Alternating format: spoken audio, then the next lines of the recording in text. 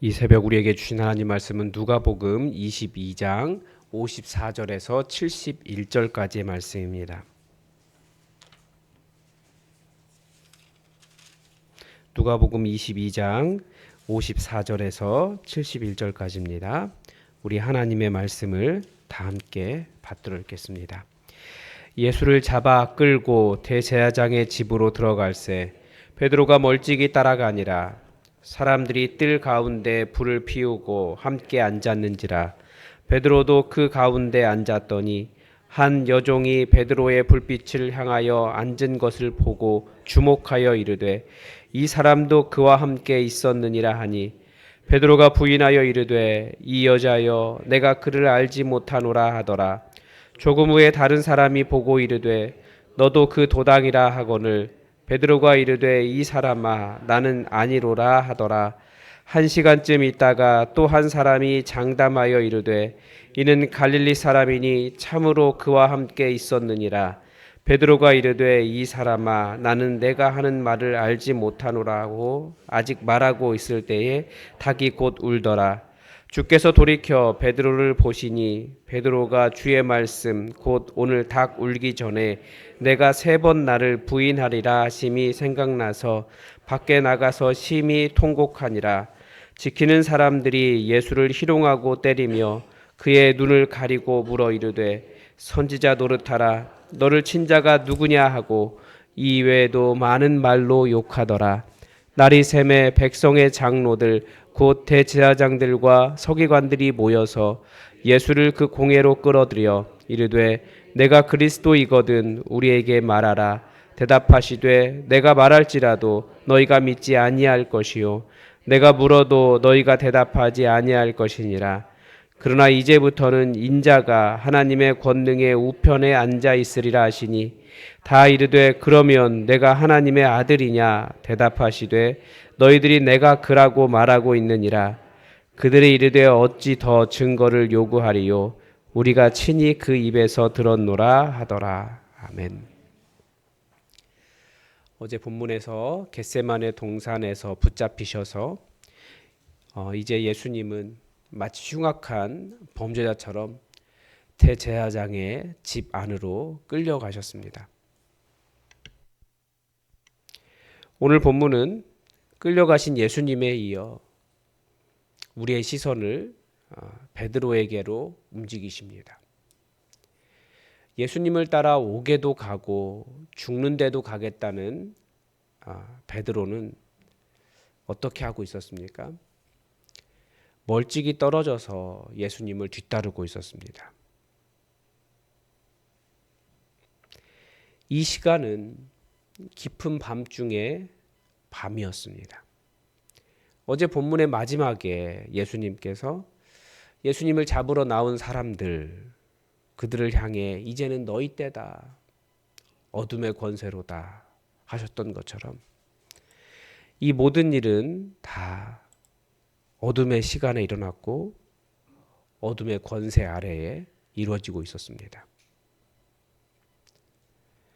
세상이 얼마나 강하면 그 어두움이 강하면 예수님조차 이런 어둠의 권세 아래 들어가게 되셨는지 안타까울 뿐이지만 어쩌면 우리가 빛이라고 살아가고 있는 이 세상이 우리가 생각한 것보다 훨씬 더 어둠으로 가득 차 있다라는 것을 우리는 기억해야 됩니다.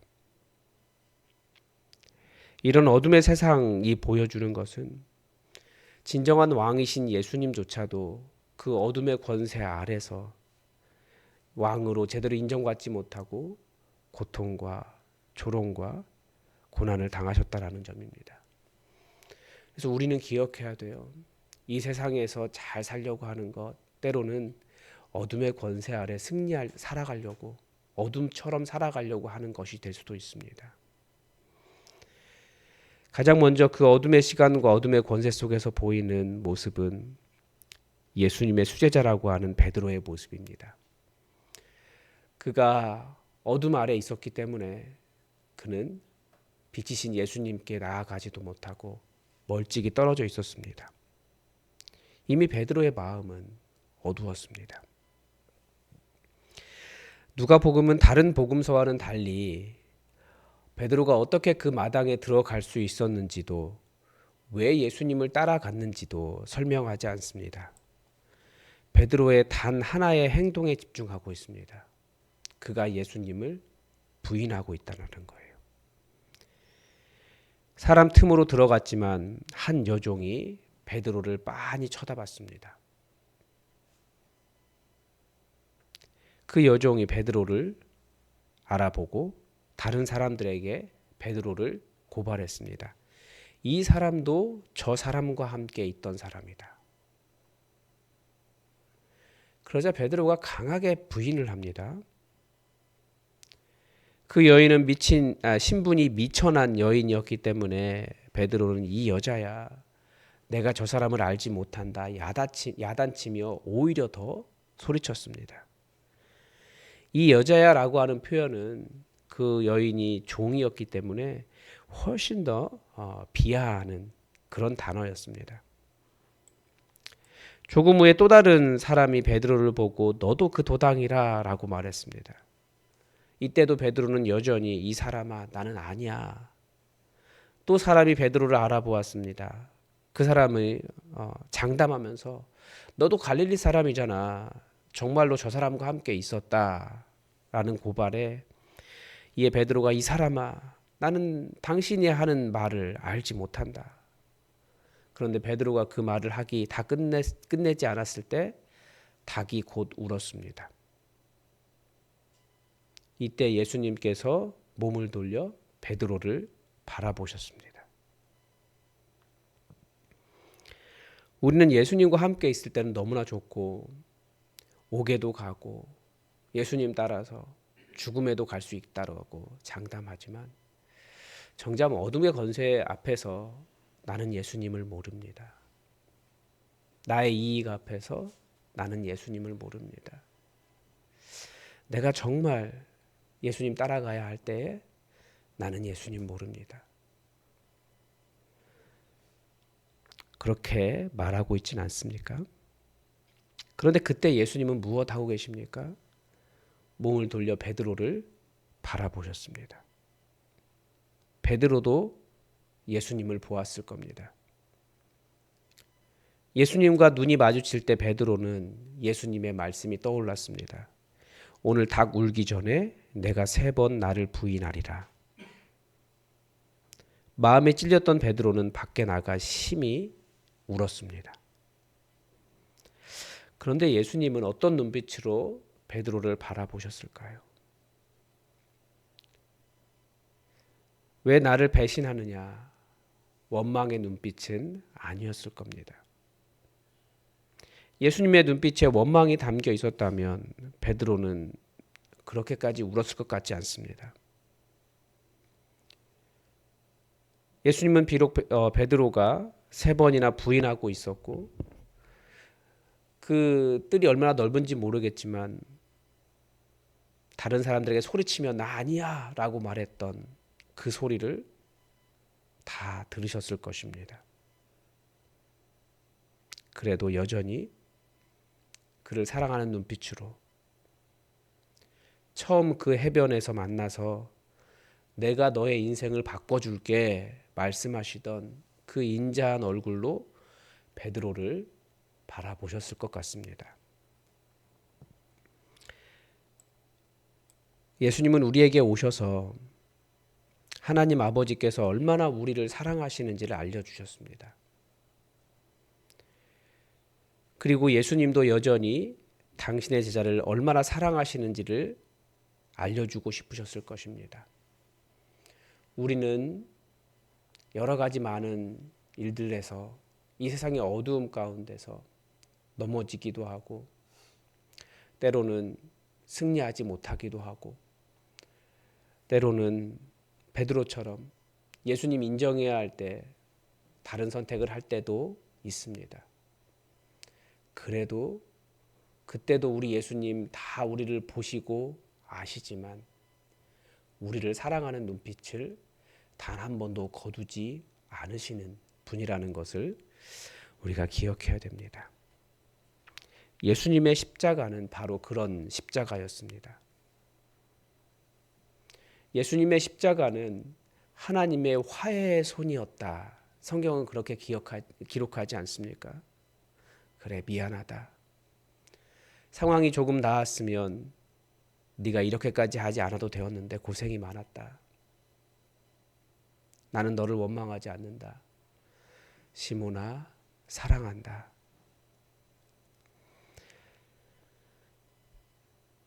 그렇게 말씀하실 것 같습니다. 예수님은 겟세마네에서는 가장 똑똑하고 계산 빠르고 영리했던 도시사람 유다에게 배신당하셨고, 지금은 가장 사랑하고 모든 기적과 하늘의 역사를 보여주셨던 수제자에게도 배신당하셨습니다. 그래도 여전히 사랑하셨습니다. 우리가 얼마나 많은 체험을 했느냐, 예수님을 아느냐, 예수님을 믿는 데 조금의 도움이 될 수 있지만 어쩌면 우리는 이기적인 선택 앞에서 예수님보다는 다른 것을 선택할 때가 더 많을 수 있습니다.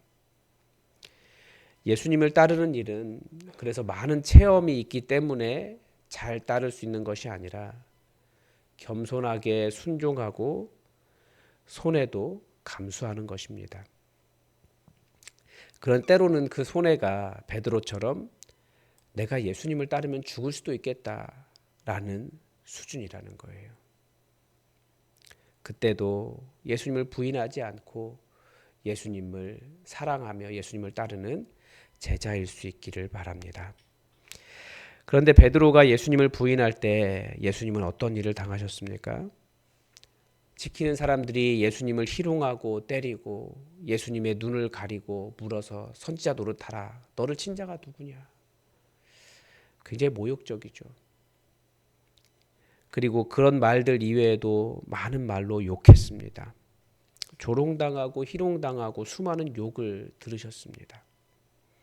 예수님이 받지 않아도 되는 일이었습니다. 만약에 베드로가 예수님을 부인하지 않았다면 베드로가 잡혀서 베드로가 당했을 희롱이었고 그가 들었을 욕이었습니다. 이 조롱, 예수님을 향한 조롱과 예수님이 들은 욕들은 우리 때문에 예수님이 모든 수치를 다 당하고 계신다라는 것을 보여주고 있습니다. 그리고 그 밤이 밝아오고 있었습니다. 밤새 얻어맞고 조롱당하고 욕을 먹으신 예수님께서 이제 그 새벽을 맞이하는 거예요. 이제는 백성의 장로들과 대제사장들과 서기관들이 모여 공의회 앞에 섰습니다. 그들은 예수님이 그리스도냐라고 질문했습니다.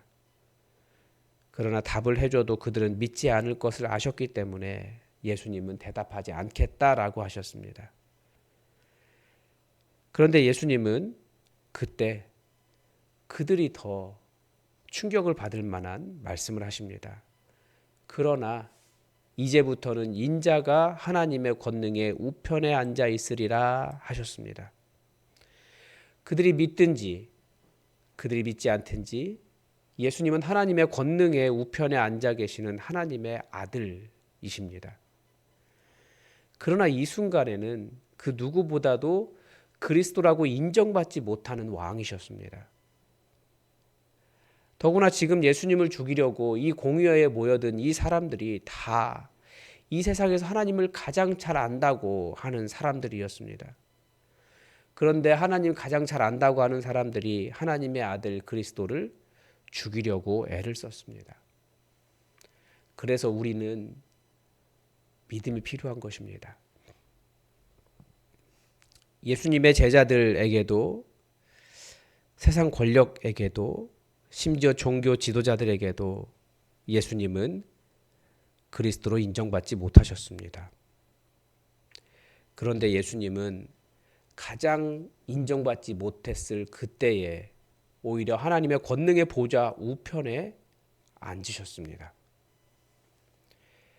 어쩌면 우리가 살아가는 이 그리스도인의 삶은 이 땅의 영광으로 이루어지는 것이 아니라 예수님처럼 고난당할 때 영광의 보좌에 오르는 것일 수 있습니다. 예수님을 그리스도라고, 난 그분 안다고 예수님 따라 살면 고난당합니다. 때로는 어려움을 겪을 수도 있습니다. 욕먹고 아플 수도 있습니다. 물론 우리가 살아가는 이 대한민국의 상황에서는 그런 일들이 별로 없지만 특히 우리는 우리의 이익을 포기하고 정직해야 할 때 그런 어려움을 겪습니다. 요즘 이 세상 법정에서 들려오는 이야기들도 그렇지 않습니까? 다들 자기 처벌 면하려고 너무나 쉽게 하늘을 가리는 거짓말을 합니다. 정직하게 말하면 오히려 주변 모든 사람들에게 배신자라는 손가락질을 받게 될 것입니다. 그리스도인들은 성실하게 살아도 너는 왜 그렇게 유난을 떠냐 왕따 당할 수도 있습니다. 다들 속이지 않고 바르고 정직한 세상을 원하지만 사람들은 속이며 살아요. 자신의 이익 앞에서. 그렇게 해서는 하나님 나라가 이루어질 수 없다라는 거죠. 그런데 내가 예수님을 인정하지 않을수록 잠시 나의 이익 앞에서 예수님을 부인하고 있을 때 예수님이 조롱을 당하십니다. 예수님이 내 허물을 지고 계시는 것입니다.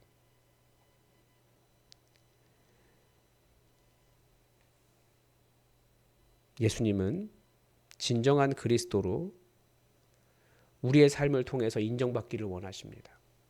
우리는 그분 따라 사는 사람들입니다. 어둠의 권세가 너무 강하기 때문에 우리를 넘어뜨리려고 너무나 이기적으로 살라고 나 편한 대로 살라고 예수님 어차피 나 사랑하시니 그분 뜻 따르지 않아도 된다고 그렇게 사탄은 끊임없이 우리를 유혹합니다. 그럴수록 더욱더 우리 베드로의 모습 보면서 나를 끊임없이 바라보고 계시며 사랑의 눈빛을 보내신 예수님의 제자로 살아갑시다. 나 살자고 예수님을 부인하지 않았으면 좋겠습니다. 그래서 우리를 부르신 예수님의 뜻처럼 우리를 통해 이 땅에 하나님 나라가 이 교회 위에 하나님 나라가 온전히 세워질 수 있었으면 좋겠습니다. 오늘도 하나님의 뜻이 우리에게 이루어지도록 주기도문으로 기도하겠습니다. 하늘에 계신 우리 아버지, 아버지의 이름을 거룩하게 하시며 아버지의 나라가 오게 하시며 아버지의 뜻이 하늘에서와 같이 땅에서도 이루어지게 하소서. 오늘 우리에게 일용할 양식을 주시고 우리가 우리에게 잘못한 사람을 용서하여 준 것 같이 우리 죄를 용서하여 주시고 우리를 시험에 빠지지 않게 하시고 악에서 구하소서. 나라와 권능과 영광이 영원히 아버지의 것입니다. 아멘. 우리 다 함께 기도하겠습니다. 먼저 우리를 부르셔서 하나님 나라를 이루라고 예수님이 어떻게 사는 것이 예수님의 십자가 지는지를 가르쳐 주셨습니다. 우리도 나의 이익 앞에서 혹은 나 살자고 예수님 부인하는 일이 없도록 우리를 주의 영께서 지켜달라고 우리 기도했으면 좋겠습니다. 그리고 우리가 계속해서 어둠의 권세 속으로 들어가는 이유는 이 땅을 좀 잘 살아보려고 하기 때문에 우리가 그런 유혹에 빠지게 됩니다. 예수님은 우리에게 유혹에 빠지지 않게 기도하라라고 말씀하셨습니다. 주님의 말씀이 아니라 세상을 쫓아가기 위해서 애쓰려고 하는 마음 내려놓고 예수님 따라갈 수 있도록 유혹에 빠지지 않게 해달라고 우리 기도합시다. 그리고 예수님은 계속해서 다른 사람, 저와 이 땅의 많은 죄인들을 품고 구원하시려고 모든 수치와 조롱을 당하셨습니다. 우리가 예수님 받으신 그 수치와 조롱과 고통이 내가 받아야 할 것임을 기억하고 예수님의 은혜에 깊이 감사하는 진정한 예배자가 될 수 있게 해달라고 우리 나의 변화를 위해서도 기도합시다. 그리고 예수님은 우리에게 오늘 하루 악한 일들, 악한 사람 만나지 않도록 기도하라 하셨습니다. 우리가 주님의 인도하심을 경험하고 악한 일들, 악한 사람들 만나지 않도록 기도했으면 좋겠습니다. 그리고 우리 교회가 기도함으로 진정한 성령 충만한 교회가 될 수 있도록 또 함께 기도해 주십시오. 여러분의 기도 제목 가지고 간절히 기도하실 때 구하십시오. 그러면 하나님께서 주실 것입니다. 예수님 약속하셨습니다. 예수님 말씀 기억하면서 함께 기도하겠습니다. 다 함께 기도하겠습니다.